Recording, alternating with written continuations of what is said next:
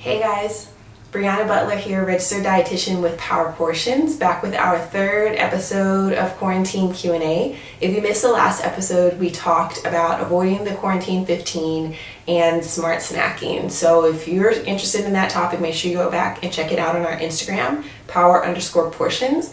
We also have an episode when we talked about supplements and immune support. So make sure you go check those out. But today, we're just going to focus on vegetarianism, veganism, if that's healthy for you, if it's not healthy for you.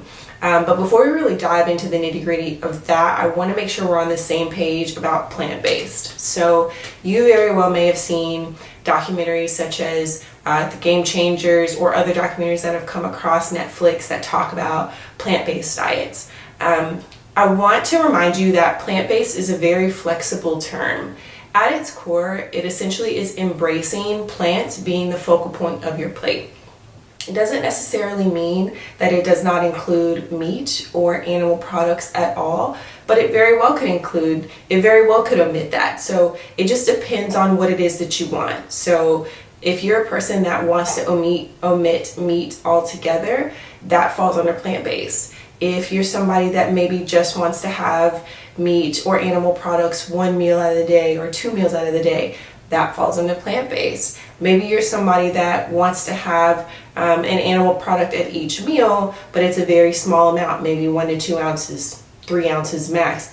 That's plant-based. So like I said, it's a very flexible term that really is inclusive for everybody. It really can fit your lifestyle no matter where you're at. So when we're talking about vegan and vegetarianism and plant-based, even, it all kind of falls into the same category. There is tons and tons and tons of research out there about the benefits of including more plants into your diet. So even if you don't want to go vegan, let's say you don't want to omit meat altogether or animal products altogether, you don't have to. You can still see the benefits of incorporating more fruits, vegetables, whole grains, beans, legumes, all of that into your diet, because the research shows us that it can decrease your risk of heart disease, it can decrease your risk of diabetes, high blood pressure, tons of metabolic diseases. For people that maybe are exercising more or fit or whatever, it can decrease inflammation.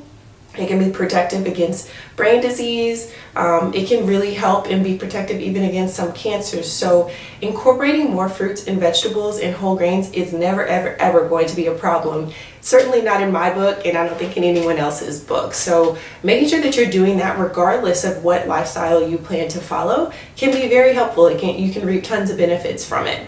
Now, if you choose to go vegan, that's okay too. There are benefits of removing animal proteins from your diet for sure. You can decrease cholesterol, things like that, and even you can even decrease some saturated fat that comes from some animal products.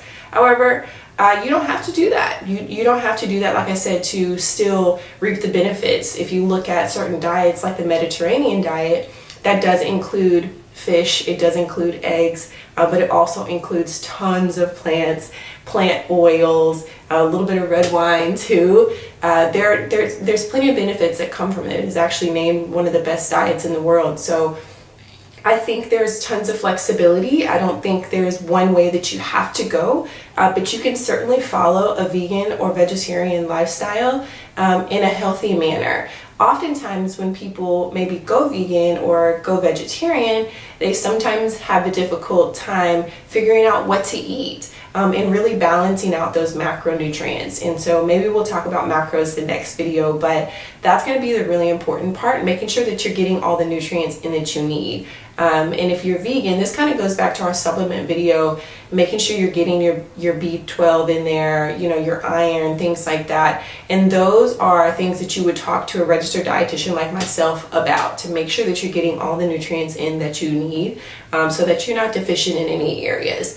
But like I said, you can follow any of these lifestyles in a healthy way, but you also do not need to take out animal products altogether to reap some of those benefits. So I go in depth with this topic a little bit more on our blog on Power Portions. So make sure you check that out because there's some great information in there and it even goes into depth talking about the difference between vegan and vegetarian. So make sure you go check that out. And thank you for joining us. Again, if you want to get more in depth with your diet, feel free to reach out to us. We offer free 15-minute discovery calls, so check us out.